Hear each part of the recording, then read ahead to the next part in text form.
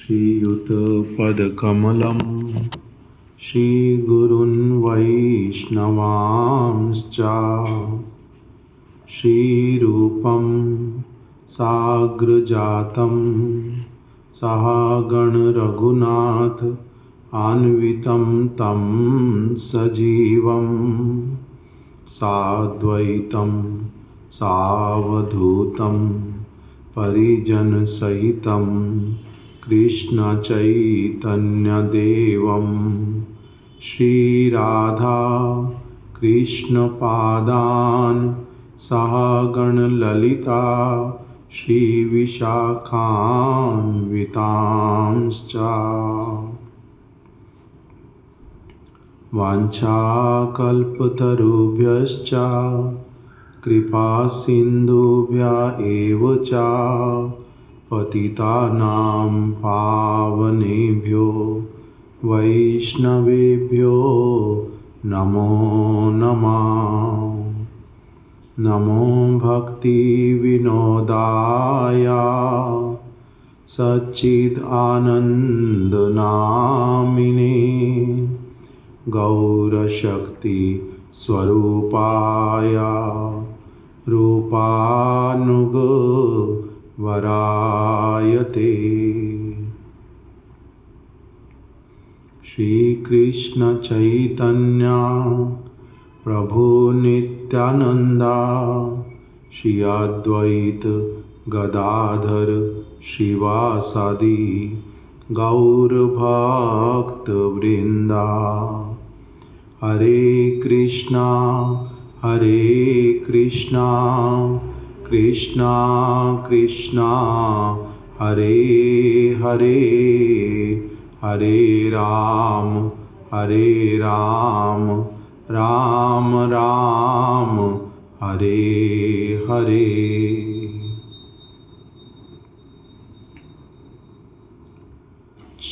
चेतो दर्पण मार्जनं भवमहा दावाग्नि निर्वापणम् श्रेयाकैरव चंद्रिका वितरणं विद्यावधू जीवनम् आनन्दाम्बुदिवर्धनं प्रतिपदम् पूर्णामृतास्वादनम् सर्वात्मस्नापनं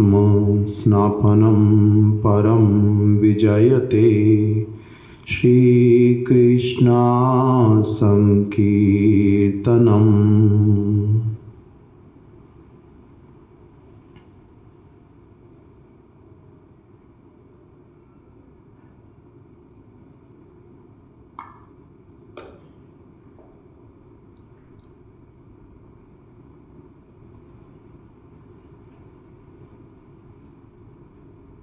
आज प्रातःकाल श्रीला भक्ति विनोद ठाकुर जी का प्रथम श्लोक पर लिखित जो संबोधन भाष्य हम उसी को श्रवण कर रहे थे, जिसमें उन्होंने सबसे पहले वर्णन किया माया मुग्ध जीव सांसारिक क्लेशों से पुनः पुनः जर्जरित होता है। जब वह इन क्लेशों से ऊबकर सौभाग्यवश सत्संग का सेवन करता है, तब उसका भगवद भक्ति के प्रति विश्वास अथवा भगवान के माधुर्य के प्रति लोभ उत्पन्न होता है। उस समय उसे स्वरूप शक्ति की आह्लादिनी सार वृत्ति स्वरूप भक्ति में अधिकार प्राप्त होता है। श्रद्धा के उत्पन्न होने पर सर्वप्रथम श्री गुरु चरणाश्रय होता है, अनंतर श्री गुरुदेव और शुद्ध वैष्णवों के सत्संग में तत्व श्रवण का सुयोग प्राप्त होता है।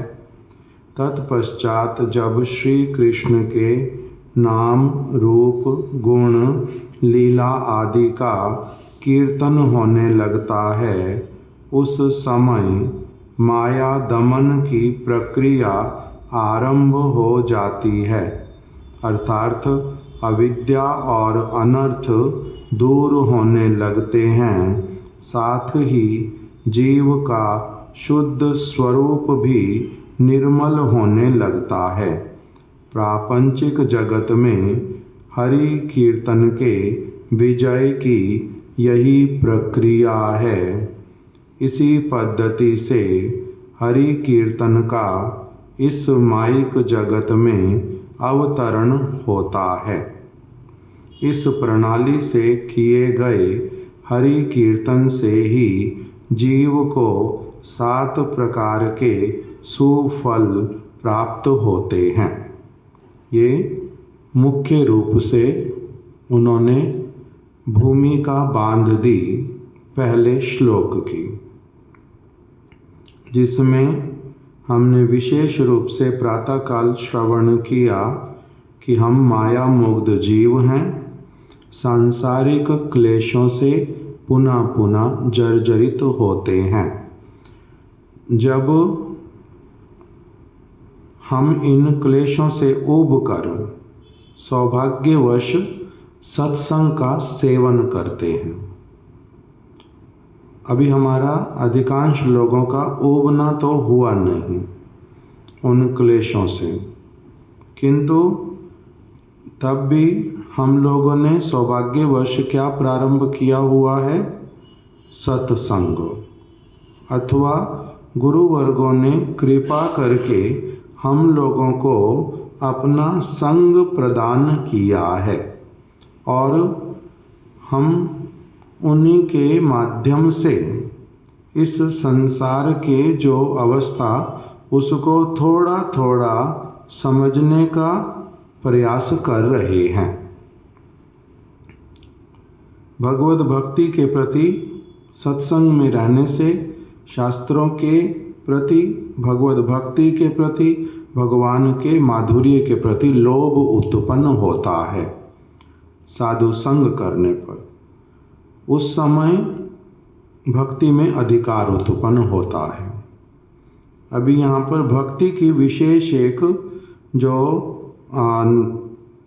को विशेषण कहो अथवा उसकी जो परिभाषा वो जो दी जाती है, उसको थोड़ा सा हम लोग समझेंगे। क्लेशों से ऊब करके सत्संग का जब सेवन करता है व्यक्ति, भगवान के प्रति लोभ उत्पन्न होता है, उस समय भक्ति में अधिकार होता है। कौन सी भक्ति? उसको बोल दिया स्वरूप शक्ति की आह्लादिनी सार वृत्ति स्वरूप भक्ति में। भक्ति क्या है? भक्ति का सरल अर्थ तो हमने पुनः पुनः श्रवण किया हुआ, सेवा। ये तो सुना ही हुआ। भक्ति का सरल अर्थ क्या किया हुआ है? सेवा। अभी ये जो वृत्ति है ये किसकी है? भक्ति। उसको लिख दिया स्वरूप शक्ति की, अर्थात भगवान की स्वरूप शक्ति। भगवान की स्वरूप शक्ति कौन है?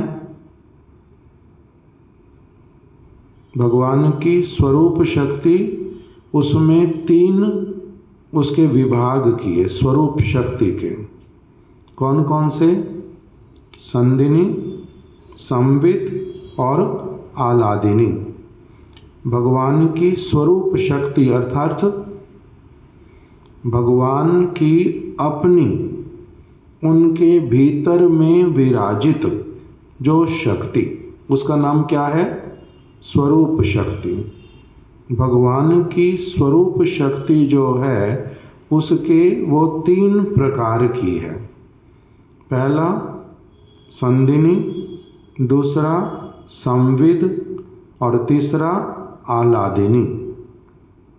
तो जो भक्ति है इन स्वरूप शक्ति की आह्लादिनी शक्ति, अर्थात उसके 2 जो अंश हैं और उसको यहाँ पर नहीं स्पर्श किया। तीसरे वाले को यहाँ पर कह रहे हैं सेवन वृत्ति जो है वो कहाँ से आती है?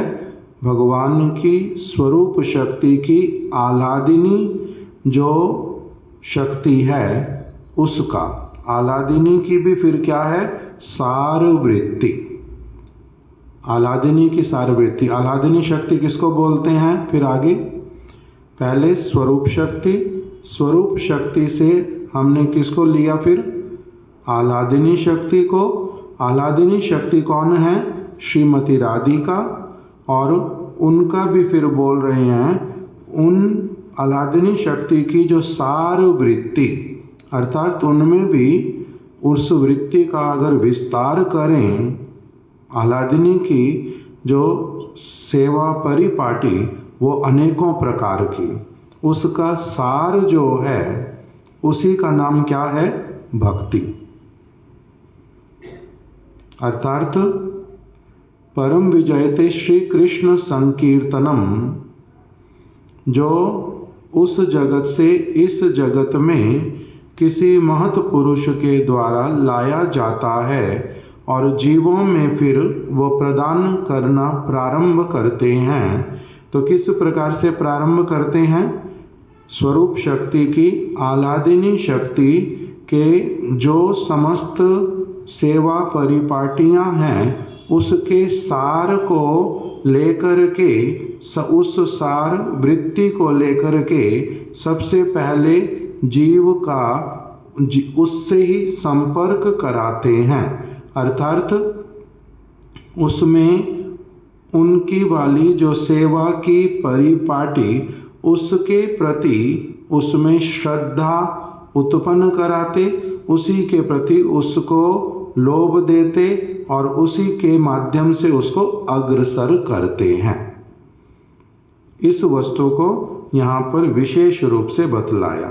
जो भक्ति में अधिकार, अर्थात कृष्ण की सेवा में अधिकार, ये किसका होता है? कब होता है?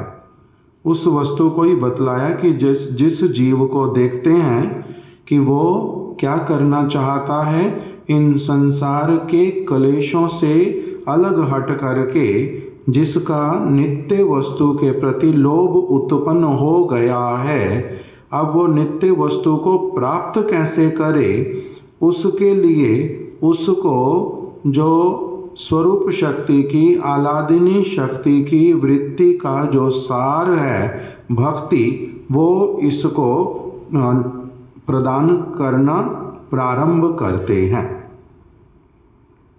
इसीलिए वो व्यक्ति अब क्या करता है? फिर सर्वप्रथम गुरु पदाश्रय करता है, अर्थात उनसे हरि नाम दीक्षा ग्रहण करता है। तो गुरुपाद पद्म जो हरि नाम देते हैं, जो दीक्षा देते हैं, वही क्या है अपने आप में? जो आह्लादिनी शक्ति की आह्लादिनी सार वृत्ति जो है उसको यहाँ पर हरि नाम के माध्यम से प्रारंभ कराते हैं।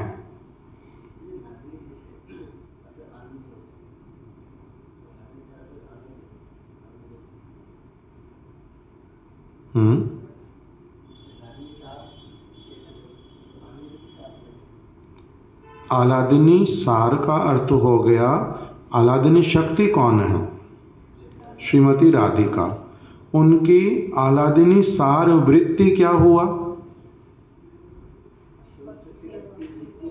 स्वरूप शक्ति की तीन वृत्ति, संदिनी, संवित, आह्लादिनी। फिर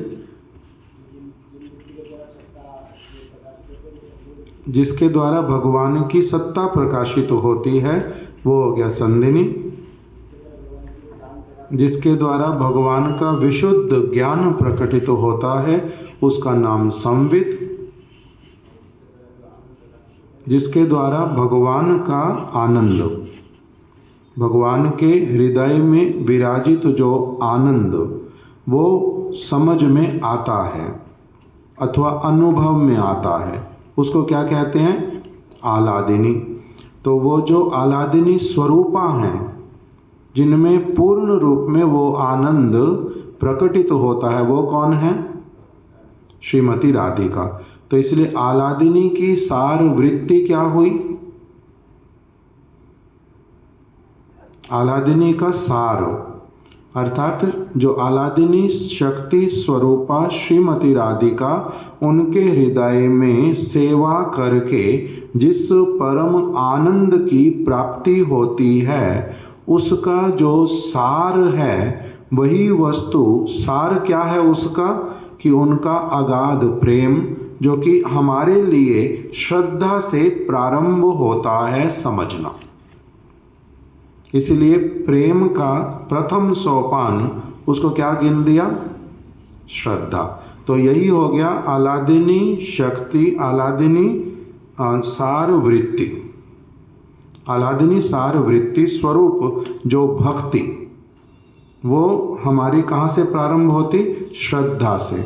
इसी बात को बोल रहे हैं कि यही श्री हरि नाम, श्री कृष्ण नाम संकीर्तन परम विजयते श्री कृष्ण संकीर्तनम। श्री कृष्ण संकीर्तन का इस जगत में विजय करना जो है वो इसी प्रकार से ही होता है।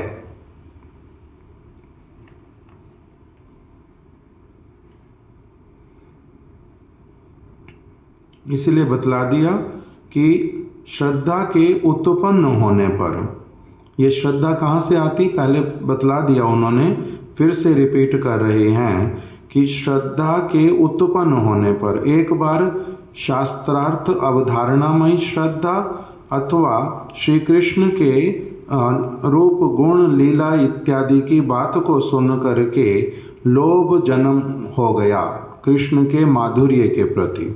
तो उस प्रकार की श्रद्धा, कोई भी श्रद्धा क्यों ना उत्पन्न हुई हो, तब उसको निरंतर क्या करना पड़ेगा? साधु संग में हरि कथा का सेवन। वो करते करते फिर क्या होगा?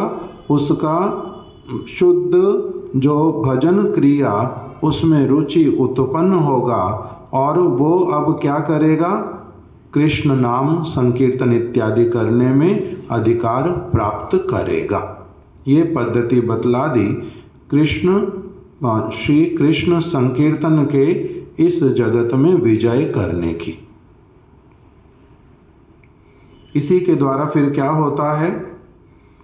कह रहे पहले हरि नाम दीक्षा ग्रहण इत्यादि किया, गुरु चरणाश्रय, उसके अनंतर गुरुदेव का अथवा नहीं का अनंतर गुरुदेव और शुद्ध वैष्णवों के सत्संग में तत्व श्रवण का सुयोग प्राप्त हुआ और तत्पश्चात कृष्ण के नाम रूप गुण लीला आदि का कीर्तन होने लगता है और उसी से ही क्या होता है? माया दमन की प्रक्रिया आरंभ होती है। अर्थात पहले श्रेष्ठ वस्तु आई, तब निम्न वस्तु का दमन प्रारंभ हुआ। प्रकाश आया, अंधकार का दूर होना प्रारंभ हुआ। स्वच्छ वायु आई और दुर्गंध युक्त वायु जो है वो जाने लगी। तो इस प्रकार से ही जब माया दमन की प्रक्रिया प्रारंभ होती है, अविद्या और अनर्थ दूर होने लगते हैं। अविद्या और अनर्थ दो बातें बोल दी। ऐसे तो साधारण रूप में हमने क्या? श्रद्धा, आदौ श्रद्धा ततो साधु संग भजन क्रिया अनर्थ निवृत्ति। अनर्थ निवृत्ति को और खोल के बता दिया। अविद्या दूर होने लगती है, अनर्थ जाने लगते हैं और उसी समय बोल दिया साथ ही जीव का शुद्ध स्वरूप भी निर्मल होने लगता है। शुद्ध स्वरूप निर्मल नहीं है, जो शुद्ध स्वरूप है वो निर्मल होने लगता है। का अर्थ क्या हुआ? उसके ऊपर से जो धूली इत्यादि है वो हटनी प्रारंभ होती है। जीव का शुद्ध स्वरूप भी निर्मल होने लगता है। प्रापंचिक जगत में हरि कीर्तन के विजय की यही प्रक्रिया है। इसके बाद में अब क्या कहा? इस पद्धति से हरि नाम का इस माइक जगत में अवतरण होता है। और इस प्रणाली से किए गए हरि कीर्तन से ही जीव को 7 प्रकार के सुफल प्राप्त होते हैं। कौन सी प्रक्रिया आप बतला दी? इस प्रक्रिया से, इस प्रणाली से किए गए हरि कीर्तन से ही 7 प्रकार के सुफल प्राप्त होते हैं। कौन सी प्रणाली से?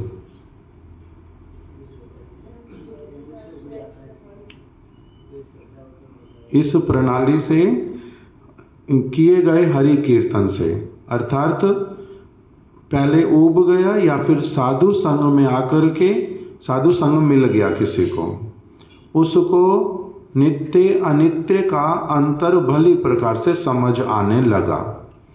अब वो समझने पर, जैसे हम लोगों ने जब तक गुरु वर्गों की वाणी नहीं सुनी थी तब तक क्या कर रहे थे? संसार में जो सारी क्रियाएं व्यक्ति करता रहता है वही सब कुछ ही कर रहे थे। वो पढ़ाई करना हो अथवा आगे बढ़ कर के जो मन में स्वप्न कि धन अर्जित करूंगा, अच्छी पोस्ट पर जाऊंगा, यश प्राप्त करूंगा, घर के सदस्यों को सुख प्रदान करूंगा, जो कुछ भी वो था, तो उसके द्वारा ये क्या था? यही लक्ष्य था। उसी बीच में हठात अपने आप से क्या हुआ? किसी सौभाग्यवश, अज्ञात सौभाग्यवश किसी वैष्णव का जीवन में क्या हो गया? पदार्पण। और उन्हीं के पदार्पण करने से फिर उनका कुछ कुछ क्या श्रवण होने लगा? कीर्तन, कथा, कथा कीर्तन श्रवण से उन्होंने मेरे को जगत का स्वरूप दिखलाना प्रारंभ किया, वाणी के द्वारा ही। जब तक उन्होंने इस चीज को पुनः पुनः आघात नहीं किया कि देखो इस व्यक्ति ने तुम्हारे साथ क्या किया, उस व्यक्ति ने उसके साथ क्या किया, इस जगत में हो क्या रहा है, इसकी अंतिम परिणति क्या है, जब इन सारे विषयों को नहीं उठाया तब तक तो कुछ दिमाग में नहीं आता था। लगता था कि संसार की पद्धति ही तो यही है, यही ऐसा ही होता रहता है, ऐसा ही चलता रहता है सारा कुछ। किंतु जब उन्होंने पुनः पुनः पुनः पुनः विषयों को बतलाया, उससे क्या हो गया कि अब मेरे में भी उस वस्तु को उसी प्रकार से देख करके उससे मैं रिलेट कर पा रहा हूँ, समझ पा रहा हूँ। जैसे सुबह हमने कीर्तन की व्याख्या सुनी, संसार संसार कोरे काटी गेलो काल, लाभ ना हिला किछु घुचिला जंजाल, गर्द बेर मतो आमी करी परिश्रम, कार लागी ए तो करी ना घुचिला भ्रम, मृत्यु आएगी पुत्र परिवार कहाँ रहेगा, सगे संबंधी कहाँ रहेंगे, वैभव कहाँ रहेगा, मैं कहाँ चला जाऊंगा। ये सारा कुछ जब उनसे सुनने लगे तब फिर क्या हुआ? अधिक से अधिक इस वस्तु को समझने में सहायता मिली भली प्रकार से। और फिर उन्हीं की वाणी से ही ये भी समझ आने लगा कि एक वस्तु है अनित्य, दूसरी क्या है? नित्य। वो नित्य वस्तु क्या है, उसका संधान कैसे हो, उससे संपर्क कैसे होता है, ये भी उन्हीं वाणियों से समझ आने लगा। यही तो। अब उसके बाद में फिर क्या हुआ? ये मन में आ गया कि मेरे को सचमुच में इस जगत के लोग जो सारी शिक्षा दे रहे हैं अथवा मैं जो अपनी आप से अपनी बुद्धि के बल से समझ रहा हूँ वो सारा तो विपरीत क्रिया है मेरा। मैं अपना ही शत्रुता वाला कार्य कर रहा हूँ, दूसरे लोग भी मेरे मंगल की, वास्तविक मंगल की, नित्य मंगल की कोई भी बात नहीं करते। मैंने इसलिए वो मैं तो अब यहाँ पर कैसे वाला व्यक्ति हूँ, या तो ये फॉरेनर है सारे मेरे लिए, मैं भी इनके लिए फॉरेनर हूँ, या फिर ये मेरे बंधु ही नहीं है, ये जानते ही नहीं बंधुत्व कहते किसको है, ये तो मेरे प्रति शत्रुता वाला ही सारा कार्य चलता जा रहा है। अब ये कोई व्यक्ति मेरे जीवन में आए हैं जिनके ऊपर मैं विश्वास कर सकता हूँ कि ये लोग मेरे को भागवत, भगवद गीता, भगवान की वाणी, परम सत्य उसके लिए मेरे को फोर्स भी नहीं करते कि तुम इसको अवश्य ही हमारी बातों को सत्य लो, केवल सुनो, तुम्हें अच्छा लगता, स्पष्ट होता, स्वीकार करो, उसी के अनुसार अग्रसर हो जाओ। ये सारी प्रक्रिया हुई हमारे जीवन में। उसके साथ ही साथ में अब उन्होंने श्री कृष्ण संकीर्तन की बात जो कि जब एक व्यक्ति का इस प्रकार से साधु संग हुआ तब उसके मन में श्रद्धा उत्पन्न हो गई। किसके प्रति? उन साधु के वचनों के प्रति, उनके द्वारा उद्धरित शास्त्र के वचनों के प्रति, और जो उन्होंने नित्य वस्तु भगवान का स्वरूप और उनके विषय में बतलाया उसके प्रति। तो जो जिस मेरी शास्त्र अवधारणामयी हुई, भले ही साधु के मुख से भगवान की महिमा सुन करके हुई, कहीं ना कहीं कुछ श्रद्धा मेरी उत्पन्न हो गई। उस समय फिर क्या होता है एक व्यक्ति का? श्रद्धा उत्पन्न होने पर एक व्यक्ति ने क्या किया? फिर गुरु पदाश्रय, गुरु पदाश्रय किया। अब ये गुरु कौन है?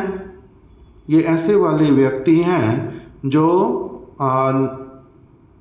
गुरु इस प्रकार के व्यक्ति हैं जो मेरे को सत्य वस्तु अथवा भगवत तत्व उसके विषय में और मेरे स्वरूप को उदित कराने के लिए मेरे को मेरे मंगल के पथ को दिखलाने वाले और संसार के चक्र से निकाल करके मेरे को स्वरूप में स्थित कराने वाले व्यक्ति हैं। इनका नाम गुरुपाद पद्म। तो अभी ये मेरे को क्या कर रहे हैं? नित्य अनित्य में अंतर बताते हैं। जिन वस्तुओं को मैं स्वयं ही कभी समझता नहीं था, समझने की इच्छा भी नहीं रखता था, कोई लोभ भी नहीं था उसको समझने का, उन्होंने मेरे मंगल के लिए मेरे से भी अधिक चिंता करके क्या कर दिया? मेरे रियल वेल विशर, वास्तविक अभिभावक, वास्तविक गुरु, वास्तविक गार्जियन, उस प्रकार का उन्होंने एक मेरे लिए कार्य किया।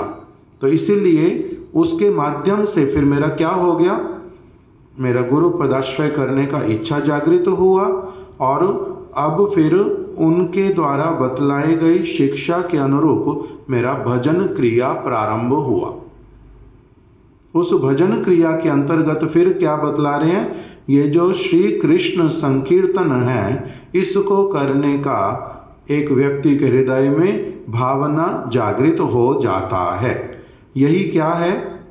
श्री कृष्ण संकीर्तन के इस जगत में विजय करने का, आने का, विजय करने का यही प्रक्रिया है। इसी प्रक्रिया से ही होता है। और इस प्रक्रिया से जो व्यक्ति अर्थात जिनका कहीं ना कहीं से श्रद्धा उत्पन्न हुआ, गुरु पदाश्रय किया, फिर उनके द्वारा दिखलाई गई भजन क्रिया को प्रारंभ किया, उसके द्वारा ही फिर क्या हुआ? ये कृष्ण संकीर्तन उसके हृदय में सचमुच में आविर्भूत हो गया। यही प्रक्रिया है। इसी प्रक्रिया से जब एक व्यक्ति का शुद्ध हरि नाम संकीर्तन होता है तब उसको क्या दिखलाई देता है? तब उसके जीवन में क्या घटित होता है? 7 सुफल।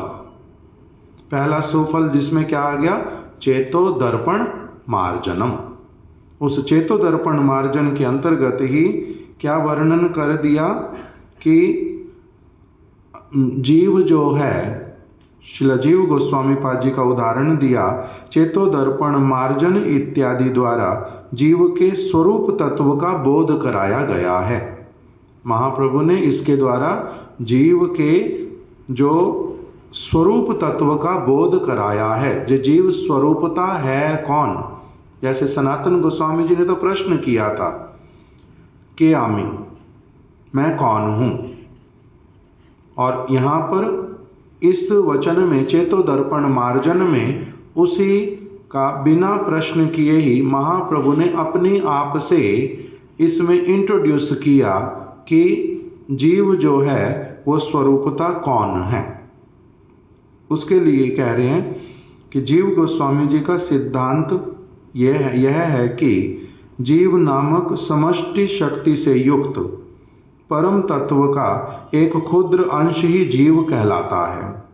हम कौन हैं? भगवान के क्षुद्र अंश, छोटे से एक अंश, जिसको कहा जाता भगवान के विभिन्न अंश।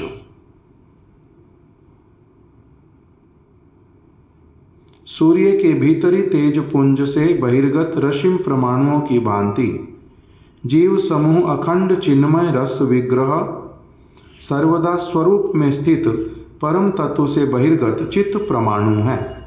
हम कौन हैं? जीव समूह जो है अखंड चिन्मय रस विग्रह।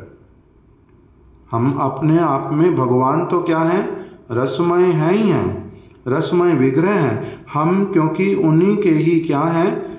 अभिन्न अंश हैं, इसलिए हम भी सर्वदा स्वरूप में ही स्थित रहते हैं और परम तत्व से बहिर्गत हुए हैं।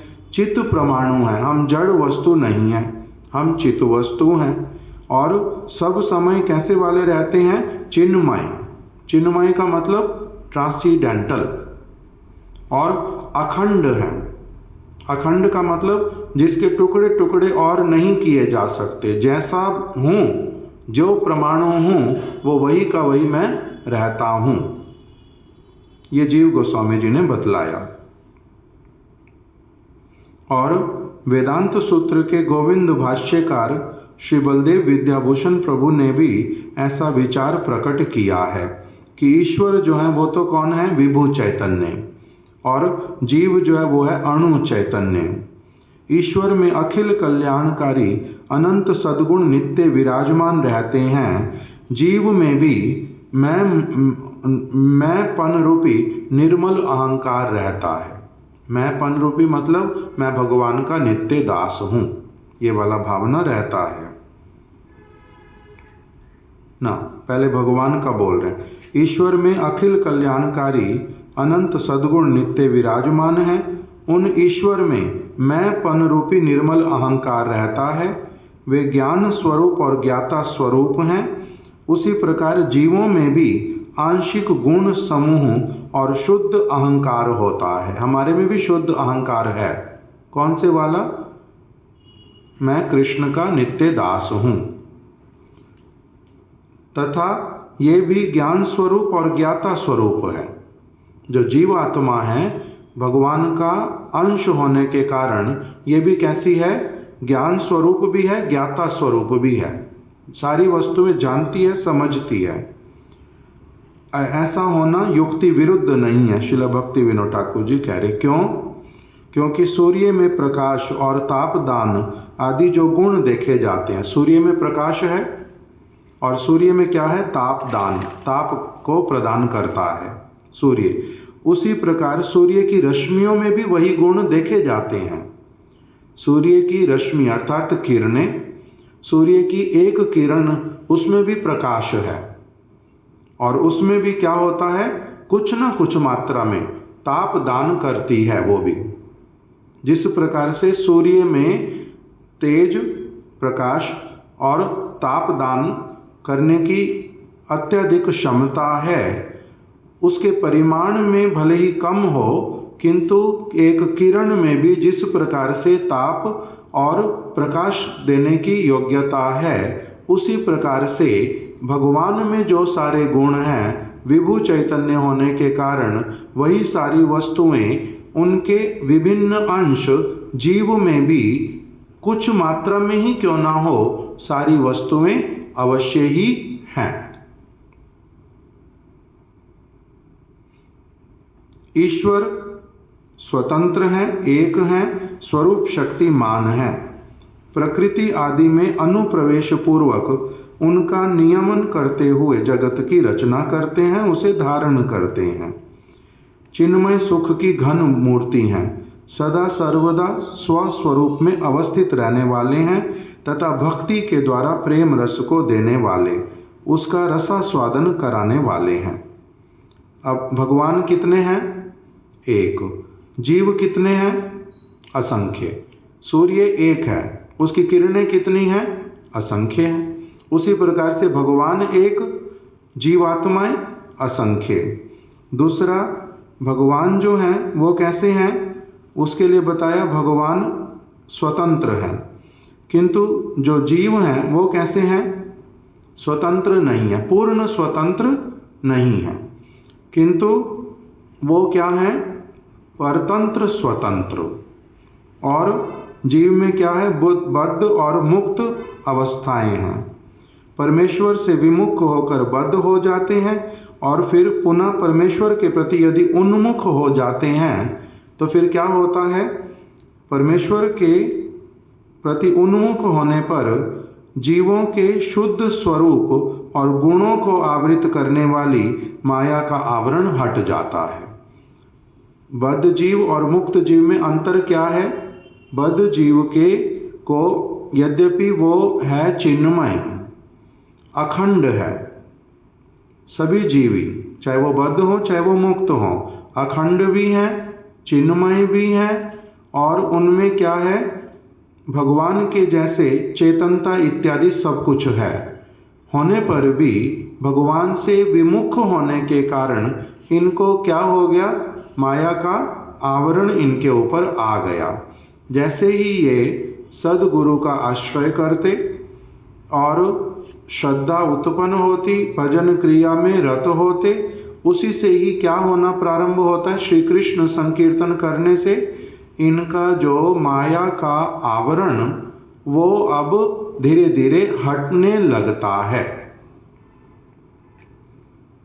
माया का आवरण हट जाता है, तद अनंतर उन्हें स्वस्वरूप का साक्षात्कार होता है, अपने ही स्वरूप का उनको साक्षात्कार होता है।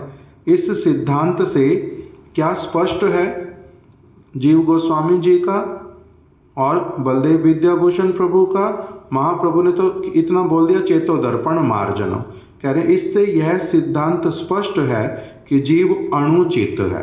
ये स्पष्ट है पूरी तरह से, भगवान कौन है, विभूचित, और मैं कौन हूँ, अणुचित। और जो अणुचित है उनका एक चिन्मय स्वरूप है, मेरा भी क्या है, चिन्मय स्वरूप, हम सभी का ही, सभी जीवात्माओं का चिन्मय स्वरूप है। और वे शुद्ध अहंकार, शुद्ध चित्त और शुद्ध शरीर वाले हैं। हमारा क्या है, शुद्ध अहंकार है, मैंपन, कृष्ण का दास, मेरा नाम क्या है, मैं कहाँ रहता हूँ, मेरी सेवा क्या है, मेरे माता पिता कौन है, ये सारा कुछ मुझ में है, ये मैंपन। और शुद्ध चित्त है मेरा, क्योंकि मैं चिन्मय वस्तु हूँ, मेरा शुद्ध चित्त है। अभी उसके ऊपर केवल क्या आ गया है, कोई ना कोई आवरण आ गया है। जैसे किसी के ऊपर मिट्टी, किसी के ऊपर कीचड़, किसी के ऊपर काष्ठ, किसी के ऊपर वज्र, ये लेप आ गए हैं, कोई ना कोई लेप आ गया, किंतु मैं भीतर में कैसा हूं, सब समय के लिए ही शुद्ध चिन्मय हूं। इसलिए बोल रहे हैं कि इससे यह सिद्धांत स्पष्ट हुआ कि जीव अणुचित्त है, उनका एक चिन्मय स्वरूप है और वे शुद्ध अहंकार, शुद्ध चित्त और शुद्ध शरीर वाले हैं। भगवद विमुख होने पर, बहिरंग माइक विषयों के प्रति भावाविष्ट होने पर उनका शुद्ध अहंकार और शुद्ध चित्त अविद्या रूपी मल से मलिन हो जाता है।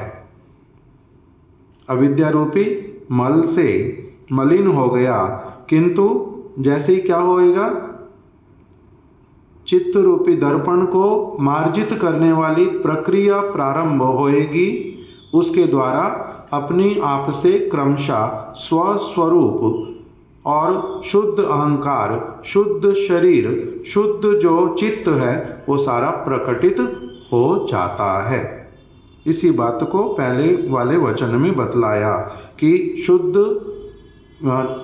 श्री कृष्ण संकीर्तन होने से क्या होगा, चित्त रूपी दर्पण का मार्जन, अर्थात मेरा स्वरूप शुद्ध, मेरा जो स्वरूप है वो प्रकटित हो जाएगा, दिखलाई देने लगेगा। जैसे धूलि द्वारा आच्छादित मलिन दर्पण में अपना मुख नहीं देखा जाता, उसी प्रकार अविद्या रूपी मल द्वारा मलिन हुए चित्त में स्वस्वरूप का यथार्थ रूप में दर्शन नहीं होता। आह्लादिनी सार वृत्ति स्वरूप भक्ति का साधन जब प्रारंभ होता है तब श्रवण के अनंतर श्री कृष्ण संकीर्तन स्वयं प्रादुर्भूत होते हैं और अविद्या रूपी मल को संपूर्ण रूप से धो देते हैं। उस समय जीव का शुद्ध अहंकार से युक्त विशुद्ध चित्त उदित हो पड़ता है और जिससे वह अपने शुद्ध चित्त रूपी दर्पण में 5 तत्वों का यथार्थ रूप में दर्शन करता है। 5 तत्व कौन से वाले? जिनमें नित्य भेद बतलाया शिला मध्वाचार्य जी ने। कौन कौन से? ईश्वर, जीव, प्रकृति, काल और कर्म। यह है चेतो दर्पण मार्जन। 5 तत्वों का बड़े स्पष्ट रूप में दर्शन होना। कौन कौन से? ईश्वर, जीव, प्रकृति, ये जड़ प्रकृति जो है सारी, ये क्या है? प्रकृति। और फिर काल और कर्म। इन 5 तत्वों का यथार्थ रूप में दर्शन होने लगता है कि काल कैसे चलता है, मैं कैसे उसके अंतर्गत कहाँ से कहाँ जाता हूँ, मेरे कर्म जो हैं वो मुझे अब क्या क्या मेरे सामने ला करके खड़ा कर रहे हैं, अब मैं कौन सा कर्म करूँगा और किस किस प्रकार से इस जंजाल से निकल करके फिर मैं भगवद चरणाश्रय में पहुंच जाऊंगा। ये जो 5 तत्व उसका यथार्थ रूप में दर्शन करने लगता है। चित्त दर्पण के निर्मल होने पर यथार्थता स्वस्वरूप दर्शन और उससे स्वधर्म का दर्शन संभव होता है। भगवत दास्य भगवत सेवा ही जीव का स्वधर्म है। भगवत सेवा में तत्पर होने से संसार प्रवृत्ति कृष्ण सेवा प्रवृत्ति के रूप में परिणत हो जाती है। यहाँ तक पहले वाला सुफल बतलाया। अब दूसरा सुफल जो भव महादावाग्नि निर्वापणम हम कल प्रातःकाल श्रवण करेंगे। अभी यहीं पर ही रख देते। श्री शिक्षा अष्टकम की जय। श्री चैतन्य महाप्रभु की जय। शिला भक्ति विनोद ठाकुर जी की जय। शिला गुरुदेव की जय। वृंदायै तुलसी देव्यायै प्रियायै केशवस्य च कृष्ण भक्ति प्रदे देवी सत्यवत्यै नमो नमः। वाञ्छा कल्पतरुभ्यश्च कृपा सिन्धुभ्य एव च पतितानां पावनेभ्यो वैष्णवेभ्यो नमो नमः। केशव प्रभु वही वाले जो क्या है लड्डू गरम करके जल्दी जल्दी सबको दे दो। ले गोविंद जी का प्रसाद मिलता नहीं। गोविंद जी का प्रसाद कहाँ से?